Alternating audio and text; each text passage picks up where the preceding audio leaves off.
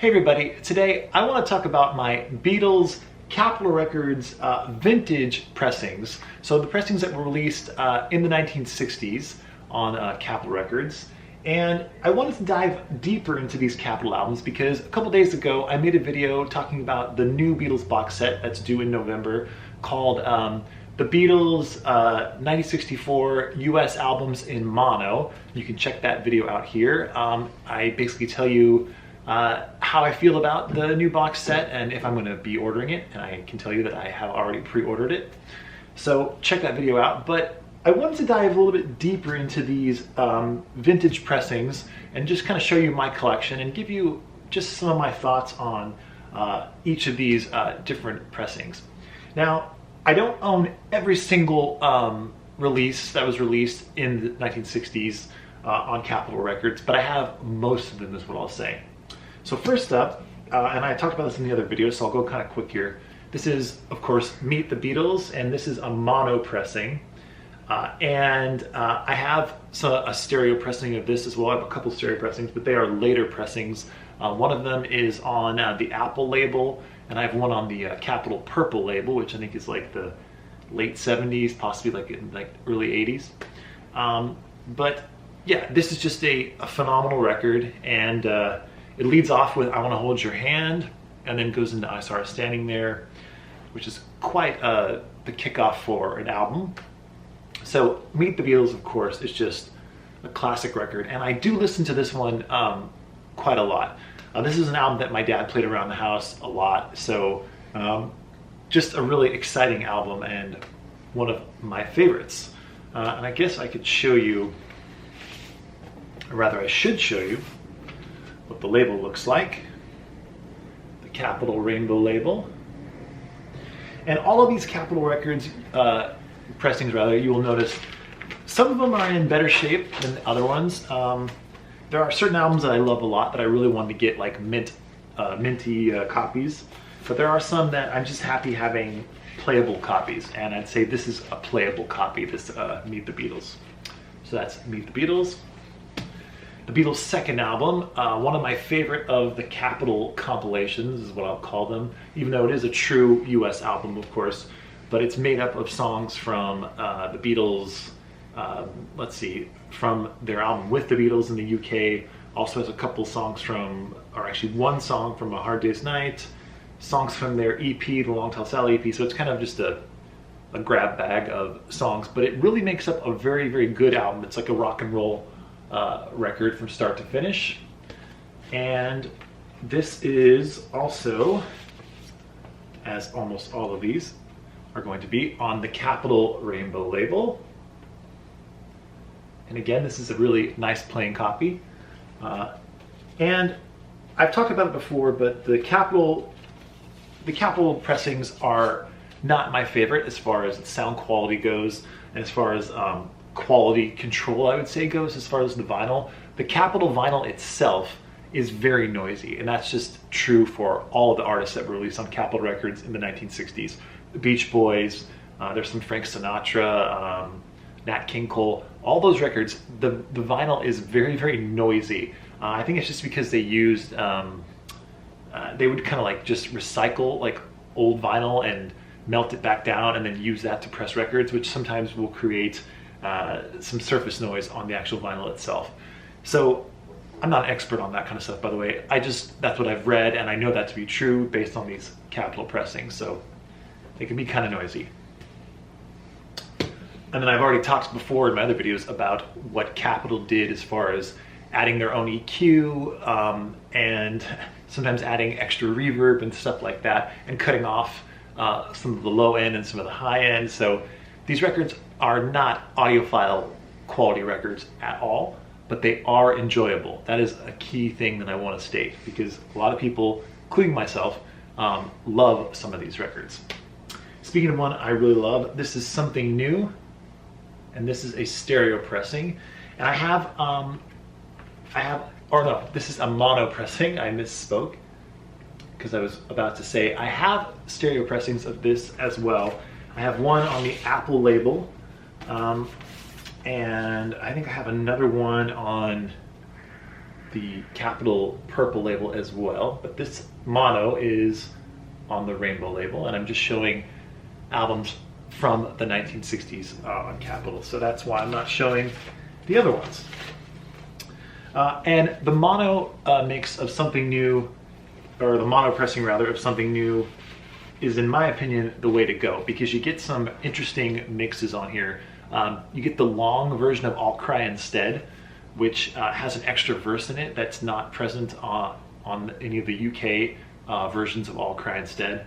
And it's not present on the stereo version on Capitol either. It's just on the mono version, you get that extra verse. So that alone is really cool. You also get Paul's single-tracked vocal on And I Love Her. On all the other recordings or all the other pressings, like in the UK and other US, And I Love Her is in stereo. So that's cool to have that as well on this. And next up, The Beatles Story. And I've talked about this a lot on my channel, so I'm not going to bore you anymore with how I feel about this, other than to say that I'm not a big fan of this. I have it because it was released during the Beatles, the time they were a band in the 1960s in the US. So it's definitely an official album that was put out in the US here. So it's something that I figured I should pick up. And this happens to be a mono pressing, and it is on the Rainbow label. I'm not going to take them out or bother showing them right now, but it is a mono pressing, so The Beatles Story. Next up, this is one that is in excellent shape, that I'm very happy to have in excellent shape, because it's one of my favorite US Beatles albums. It's Beatles 65. This is a stereo pressing, and the reason this one is so important to me is because it's a Beatles album. It's one of the first albums that I remember listening to. My dad would play this one a lot, and I just remember really liking every single song on it. I just couldn't believe that these are all songs by the same band. And there is the record, which is in very nice shape. Again, on the Rainbow label, and it has the original inner sleeve. And I know for these Capitol albums, I'm sure some of you are wondering, why doesn't he have these in polyline sleeves, inner sleeves? For the Capitol albums, I just don't really care all that much. I don't feel like the records are really going to get that damaged. The vinyl is already noisy itself, so I'm not all that worried about protecting them. So it's kind of cool to keep them in their original inner sleeves, for me at least. So yeah, that's Beatles 65. This is the stereo pressing of it. And I also have, put it back, although I will say I do have this one in a protective sleeve just because it's in such nice shape. And I do have a mono pressing of Beatles 65 as well, also on the Capitol Rainbow label. And I have a few other pressings of Beatles 65 as well, later pressings, and a couple of other just duplicate mono and stereo as well on the Rainbow label. The Early Beatles. This is one of the few that I don't actually have a vintage pressing of this album, but I wanted to show it just for honorable mention. This is a later, it is on the Rainbow label, but it's a later, I think this is like an 80s pressing.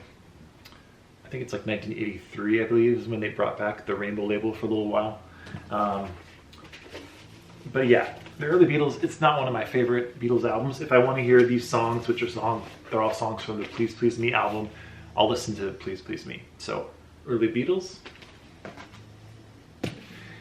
Beatles VI. This is another album that I really like and that I grew up with. It's an album that my dad always talked about. So this is the mono and this is the stereo pressing of Beatles VI. And I'll show you, this is not in the best shape, as you can see. It's got a split cover there. There is the Rainbow label, and this is the mono.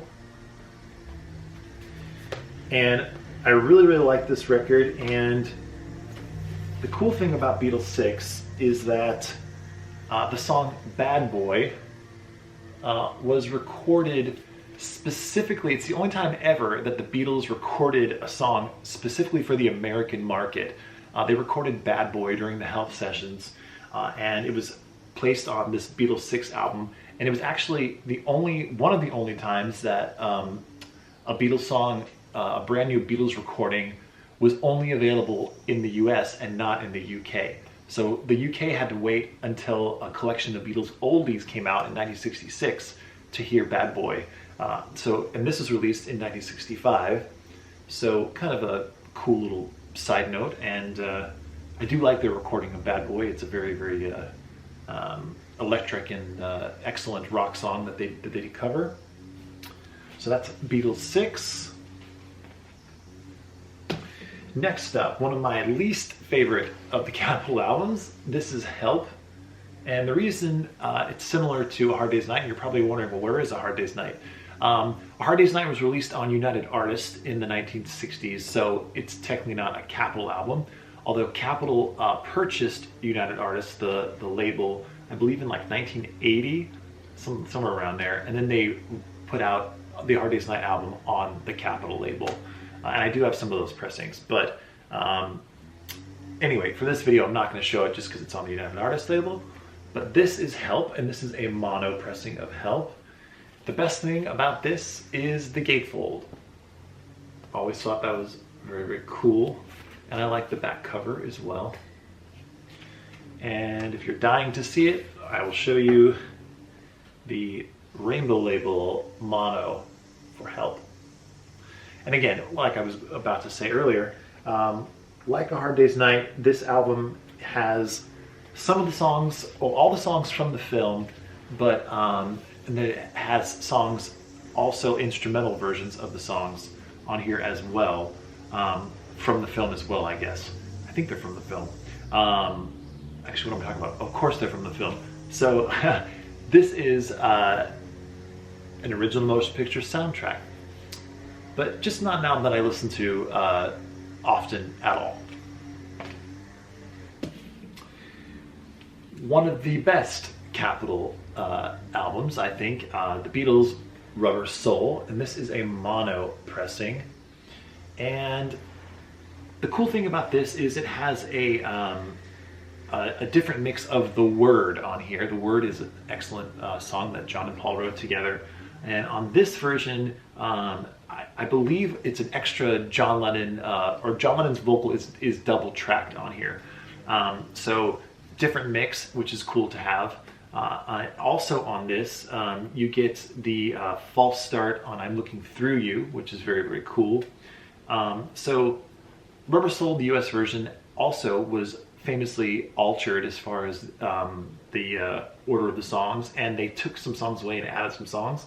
So it opens with I Just Seen a Face, which is from, of course, the UK Help album.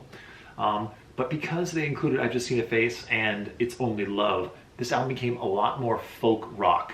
So when this came out, people like Brian Wilson of the Beach Boys and other American artists were really, really influenced by this and just couldn't believe how amazing it was, and it is amazing. And this has its original inner sleeve as well. And here is the Rainbow Label. And this is a record that I do listen to quite a lot. It's a totally different experience to listen to the US version of Rubber Soul. I still prefer the UK version, but I really, really like this US version of Rubber Soul. So yeah, Rubber Soul. Next up, one of my favorite Capitol albums, maybe my favorite one, just because it's got such cool history, Yesterday and Today. This is a mono pressing. It is not a butcher cover. This is a stereo pressing, and it is not a butcher cover. I do have a butcher cover. It's over there.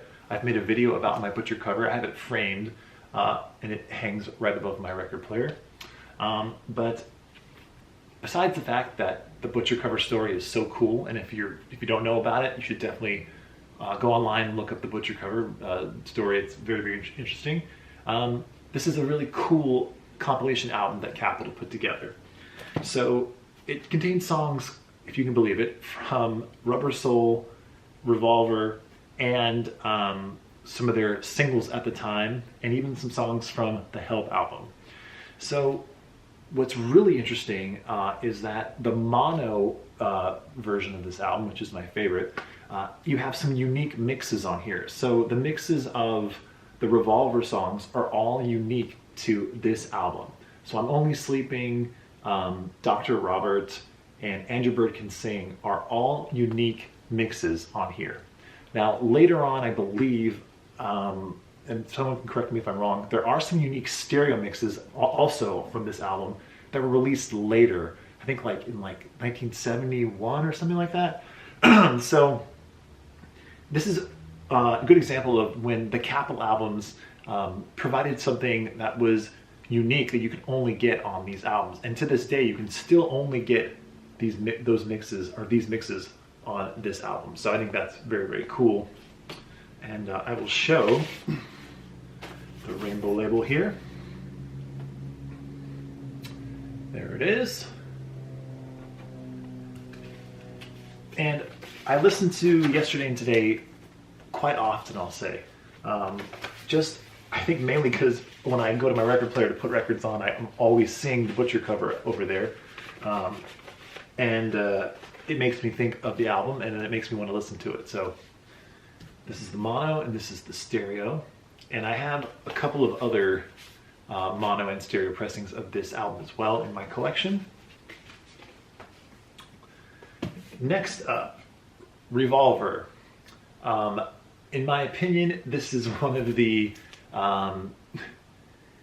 biggest mistakes, I think, in the whole US Capitol album.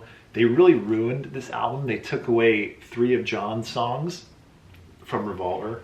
And there are 3 songs that I think are just so essential to Revolver.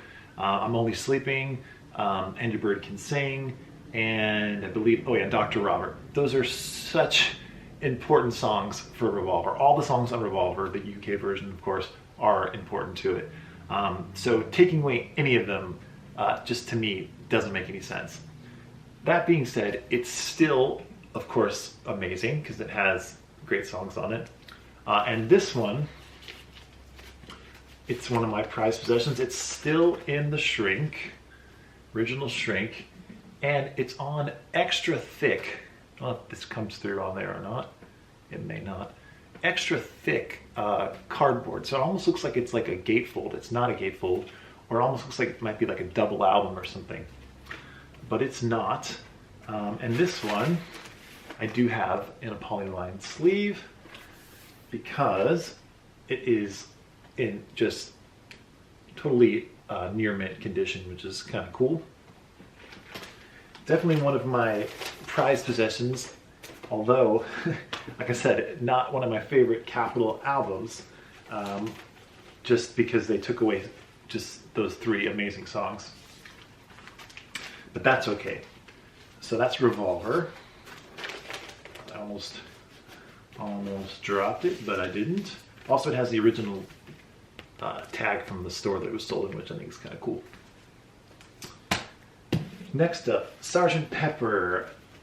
You got the mono and the stereo.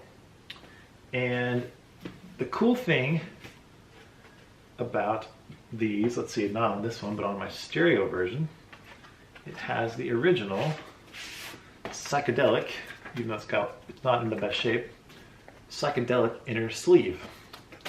And I will show you the stereo pressing of this, of course, on the rainbow label. And the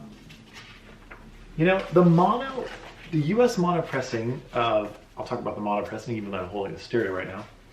The US mono pressing of Sgt. Pepper does sound pretty good for a Capitol record, I gotta say. I've always enjoyed this one. It's got it's not as good, obviously, as an original UK mono or the mono 2014 mono remaster, but it does sound good. If you can pick up a mono copy of Sgt. Pepper, which they're pretty easy to find, a US version, I recommend it because they do sound very, very good, in my opinion. You don't get the inner groove thing at the end of A Day in the Life, where they are talking backwards. You don't get that on the Capitol version of Sgt. Pepper, which is kind of a drag, but other than that, definitely a cool one to have. And one of the best things that Capitol ever did was put together Magical Mystery Tour and make it into a full-fledged album. So much so that the Beatles themselves, or at least their company Apple Records, thought it was such a good idea that they then put this into their catalog. And when the CDs came out in the late 80s, they decided to include this version of Magical Mystery Tour and just make it part of the standard Beatles UK canon. So this is a original mono pressing of Magical Mystery Tour, which sounds really, really good. And this is original stereo. I will show you the mono. The mono pressings of Magical Mystery Tour, the Capitol versions, are really, really nice sounding. And it's pretty amazing because I don't understand why these sound so good when just, if you go back a year or two to like Beatles VI or even Rubber Soul or whatever, this just blows those out of the water as far as the sound quality goes. They just sound really, really nice. So if you only ever buy one Capitol US pressing of the Beatles, I would get the mono Magical Mystery Tour. Really, really has really, really nice sound. And on we go to the White Album.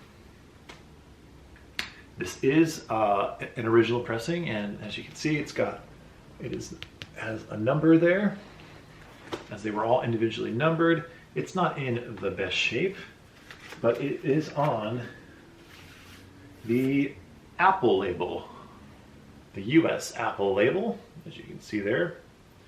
So we will have no more of the rainbow labels. And of course the White Album is a double album, but I'm not going to bother showing both of them. But I love the White Album, and the US White Albums, they sound pretty good, is what I'll say. Famously, George Harrison, when he came over to the States in 1968, right before the White Album was about to come out, he heard a test pressing of the White Album and was like, it was a US version of it, and was shocked at how bad it sounded. Apparently, he then went in with an engineer and they remastered it for the US. So apparently that's a true story. That's what I've read online. I don't remember exactly my source for that, but I remember reading that a couple of times about how George Harrison went and remastered the White Album before it was released in the US. Please in the comments below let me know if you have heard that as well, and if you know where the source of that comes from, because I always thought that was a very, very interesting little side note there. Yellow Submarine. This is another one that I don't actually have an original 60s US pressing of it. This happens to be, I think, on the purple label. Yeah, this is a Capitol purple label. And I'm not a huge fan of the Yellow Submarine album in general, let alone the US version. So I'm happy to have this purple label one. And the purple label, by the way, is like, I think from like the 80s, late 70s, early 80s pressing. And of course, Abbey Road. Abbey Road, and there's the back. And you know, the US version of Abbey Road, it doesn't sound bad at all. If this is the version of Abbey Road that you had, it's a fine sounding pressing. There are better ones out there, of course, but it's a solid pressing. I've given many of these away to people who are just starting their record collections, maybe just bought a record player, because they're really easy to find and they sound relatively good. And it's Abbey Road, so can't go wrong with that. I have, by the way, I don't know how many pressings, US pressings I have of Abbey Road. I have like at least 6 or 7. I just end up with them, so there you go. Hey Jude, a compilation album put together by Alan Klein and his team. When Alan Klein took over as the Beatles manager in 1969, he renegotiated a deal with Capitol Records where the Beatles would get a much larger percentage of the record sales. So when they put out Abbey Road and it was such a big hit, they got a lot of money off of that and they wanted to capitalize on that. And so he knew the Beatles were pretty much about to break up, or maybe they had already broken up. I don't remember if John had already told him and he was leaving the group. Anyway, he decided that he wanted to, he asked one of his assistants to find out all the songs that had not been released on an album in the US and put them together for an album to release, a compilation album. And that's how you get the Hey Jude album. Originally, this was going to be called The Beatles Again, and on early pressings, which this one is, that title is on the label. I don't know if you can see that or not. It says The Beatles Again. And this is one of my favorite Beatles US Capitol versions of their albums because it does have some really interesting songs. You get Paperback Writer and Rain, which I love that single. You get Lady Madonna, Can't Buy Me Love, Hey Jude, Old Brown Shoe, Don't Let Me Down, Ballad of John and Yoko. Just songs, all songs that I really, really like a lot. So it's definitely a cool compilation, and I love the front cover and I love the back cover. Front cover is so cool. This is from the last photo session taken at John's house in 1969, and the back cover is very cool as well. Now there's a story that's has always gone around, and I've heard that it's true. I've also heard it's not true.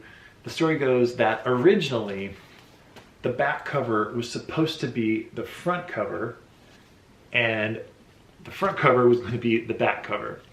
I don't know if that's true. It sounds like an interesting story. Either way, I think this is definitely the better shot that they used for the front cover. So, my 2 cents on that. And last but not least, Let It Be. In the US, Let It Be was not released as a box set like it was in the UK and in Canada and other countries. It was released in a gatefold album. Now this is not in the best shape at all. Got a lot of ring wear and whatever. But it's a gatefold, and I do like this gatefold. I think it's very, very cool. And of course, it comes on the unique and I think very cool red Apple label. And the cool thing about these is that in the dead wax, which I can't really show you on camera, but if you look, etched into the dead wax, it says Phil and Ronnie. That refers to Phil Spector and his wife at the time, Ronnie Spector from the band The Ronettes. And I think he put that in there as a little tribute to his wife to say Phil and Ronnie. Little nice little, like you would do if you, back in the day when people would just carve in trees, like the initials of them and their girlfriend or boyfriend or whatever. He did that with the Beatles album. So Phil and Ronnie is etched in there. And these were pressed by Bell Sound.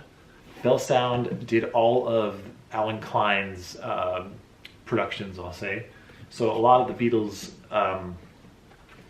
early solo albums in the US were pressed by Bell Sound, like All Things Must Pass and John Lennon's Plastic Ono Band and Live Peace in Toronto all have the Bell Sound stamp in there, and same with Let It Be.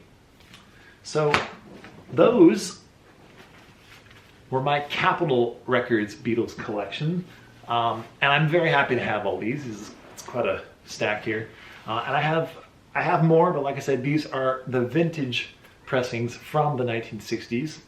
And whatever your opinion happens to be about the Capitol versions of the Beatles albums, they are fun to collect. They are fun to listen to. And, there is something important about these that I think it shouldn't be overlooked. It's a part of Beatles history here in the United States. The United States played a big role in making the Beatles as big as they ended up being, of course. So these albums are very, very important to the Beatles story. Love to know in the comments below what you think about the Beatles Capitol albums, and hopefully you are excited for the new box set coming out. I know I am, coming out November 22nd. They also just announced George Harrison's album Living in the Material World is also getting a Super Deluxe Edition box set coming out this year. So that's something exciting to look forward to as well. Not sure if I'll be picking that one up. I probably will, but as of now, my budget is set specifically for the Beatles box set coming out. So that's it for now. Hope you're all doing well. More videos to come. Take care and bye for now.